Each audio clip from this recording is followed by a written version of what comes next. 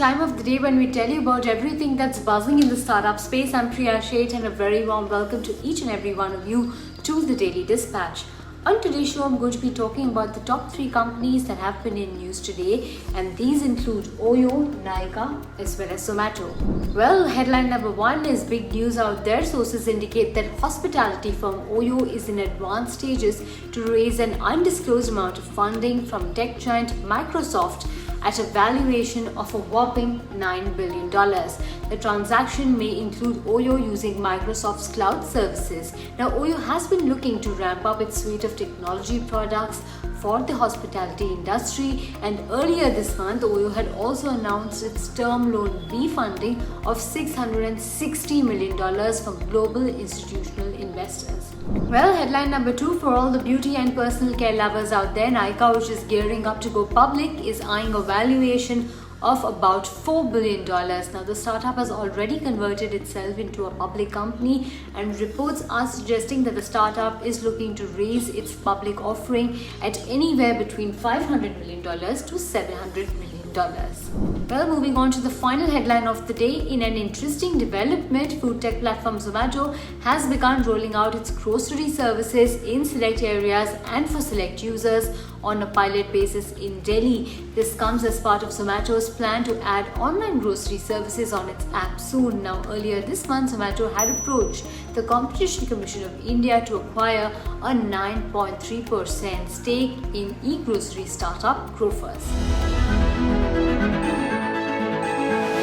Well, moving on to our second segment, I have with me a company that has recently announced the first close of its round, which is 1,000 crore round. I have with me Rahul Khanna from Trifecta Capital. Thank you very much, Rahul, for joining us today on the Daily Dispatch. 1,000 crores is in the bank and 500 crores more, which is the target corpus. Run us through how easy or difficult was it to raise this kind of money?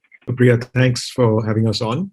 It's obviously never easy to raise money, but I think given that Trifecta Capital is a firm that's been around for some time, we have a great set of existing investors, and the strategy that we had around the Leaders Fund being quite attractive, it made it a lot easier to raise capital, particularly over Zoom. And as you know, with all the restrictions on travel, we had to do most of this on video. But glad to say we managed to get 1,000 crores done in about 3 months. Obviously, the real work begins now. So excited to start investing this capital into some very high quality opportunities. We've obviously built a fantastic team around this strategy. And hopefully, as we continue these conversations, you'll have a chance to meet some of our partners in the new fund. I believe that's going to be raised further as well, which is the kind of target corpus that you're working with. So what is the kind of timeline that you have in mind, and who would you be approaching for this balance amount that you have in mind? So, at Trifecta, we've historically had a lot of support from financial institutions. So we think that the subsequent closing would include additional financial investors like banks, insurance companies, endowments, and a healthy mix of offshore investors as well. So I think that's broadly where the rest of the money is going to come from. Oftentimes, raising capital in India is hard. But I think what we found is that once you have some track record and you have some performance, it's easy to get follow-on capital from your investors. So that really helped in the first wave. And in the second wave, we've been building some new partnerships and new capital providers outside of India. And we expect many of them to come in the next couple of months. So can we expect the fund to close by the end of this year? Is that the kind of target that you're working with? The sooner the better. I think we're going to try. But, sometimes these institutions have long drawn diligence processes and documentation processes. But the hope is to try and get it done in the next 6 months. Right. I want to understand in terms of the kind of companies that you're going to be putting money into. Tell us a little bit about the kind of companies that you have in mind, and what is the kind of ticket size that you would like to invest into these companies. So I think the strategy of the fund is really meant to target companies that are at a late stage. For us, late stage typically means companies that are 1 to 3 years from a liquidity event. That liquidity event could be an IPO, it could be a strategic sale. So that's really the focus of this fund. From a transaction size, we could do anything from 100 crores to 200 crores per company. we expect that we will get larger opportunities as well. And that's where we hope to rely on some of our larger investors to co-invest with us into these opportunities.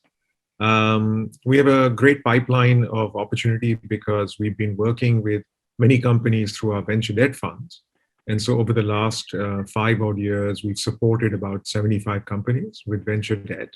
Many of those companies are now household names.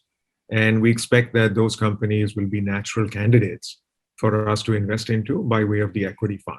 Right. I also wanted to understand in terms of the kind of valuations that are there in the market at this point in time. We're seeing so many companies go for IPOs. Valuations seem to be pretty high as we speak. So what is your sense in terms of valuations, considering that you will be making many more investments this year? Sure. Look, I think clearly, valuations are a function of demand and supply. I think there is a lot of supply of capital right now. And so companies are able to command a significant premium. That said, I think our view on this is that you can either buy good or you can buy cheap.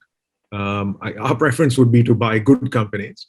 And I think what we've seen over time is that the market tends to rally around 1 or 2 companies in each segment or sector. And so we are very clear that we will be backing either the category leader or the key challenger. And these are the kinds of companies that will be around for a long time. Valuations could move up and down 10, 15, 20%. But over longer cycles, we expect that many of these companies will continue to grow, compound nicely from here. And for us, we're looking at a range of outcomes from our investment standpoint of anywhere between 2 and 4x, money on money. So unless we feel like we're going to make that range of outcome, we won't invest in that company. What is your view on profitability, considering that a lot of companies that are going public at this point in time may not perhaps be profitable? Sure. Do you think that's an important factor for investors out there when you're looking at a company? I think this debate of growth versus value or growth versus profitability has been around for at least a decade. But the way we think about it is that as long as companies are able to dial up or dial down their burn, as long as they are making investments that are allowing them to grow substantially, and as long as they are creating more and more moats as they grow the business, I think the profitability angle can continue to be something that is pushed down the road. That said, I think as public companies, there is an expectation that in a finite period of time, they will get to profitability. So I think the other thing we test for is that if the company did need to become profitable, can it get there by dialing back growth a little bit? So I think as long as some of the levers of margin and profitability are in the company's control, it's something we can get comfortable about. Right. I also wanted to ask you about the kind of outlook going forward. Are there specific categories within the technology space that you're betting big on? And do you think that these would be the sectors that would perhaps be driving growth over the next couple of years? I think, clearly there has been a move from sort of this idea of a public good to a private offering. So, telecom, media, banking, insurance were all public goods. And if you look at those industries today, they've been transformed with capital and technology. So if you look at industries like healthcare, education, transport, food, and energy, these are all public goods of today, right? The government still provides us a lot of these things. But I think that if you take a 10-year view, then these industries and sectors will get transformed dramatically with private capital, with technology. And increasingly, the government will step back from those industries and private companies will step in and fill that hole, particularly for the next 200, 300, 500 million users.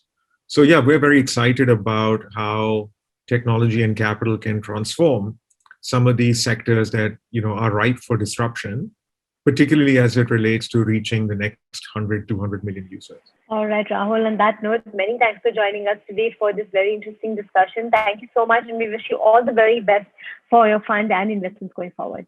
Thanks, Priya. Well, time now to wrap up this edition of the Daily Dispatch. I'll catch you on Monday at 5 p.m. Goodbye and have a lovely weekend.